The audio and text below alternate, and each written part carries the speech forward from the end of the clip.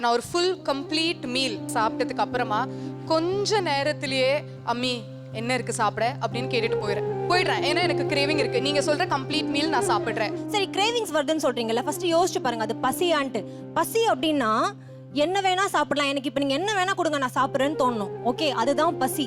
எனக்கு வந்து டீ குடிக்கணும் போல இருக்கு, தட் இஸ் நாட் ஹங்கிரி. நான் காப்பி நிறைய குடிப்பேங்க. நான் எப்பயும் சொல்றேன், கட்டன் காப்பி நான் நிறைய குடிப்பேன் சக்கரை இல்லாம.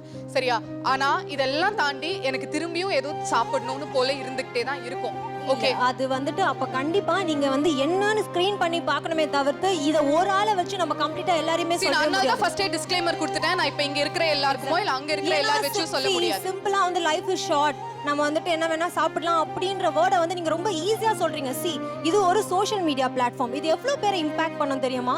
Of course I do. Let's get practical. No. See, drinking is injurious அப்படின்னு சொன்னா ஒருத்தர் வந்து ரொம்ப ப்ராப்ளம் ஆயிடுச்சு, இல்லங்க நான் இன்னும் கொஞ்ச நாள் தான் வாழ போறேன், நான் இருக்க வரைக்கும் நான் எல்லாத்தையும் சாப்பிட்டுக்கிறேன் அப்படின்னா எந்த சொசைட்டி, அவங்க ஃபேமிலியோ இல்லைன்னா வந்துட்டு டாக்டர்ஸோ அலோ பண்ணுவாங்களா? இப்போ நான் சொல்ற எல்லாத்தையும் எல்லாருமே நான் சொல்ற மாதிரி தான் எடுத்துக்கணும்ன்றத நீங்க எல்லாருமே அப்புறமா ஒரு வேர்ட் சொன்னீங்க. நாங்க சொன்ன அந்த பரோட்டாவையோ ஃப்ரைட் ரைஸையோ ரெகுலரா சாப்பிடல எப்பயாச்சும். ஆனா நீங்க எக்ஸாஜரேட் சொன்ன விஷயங்கள் இதுதான்.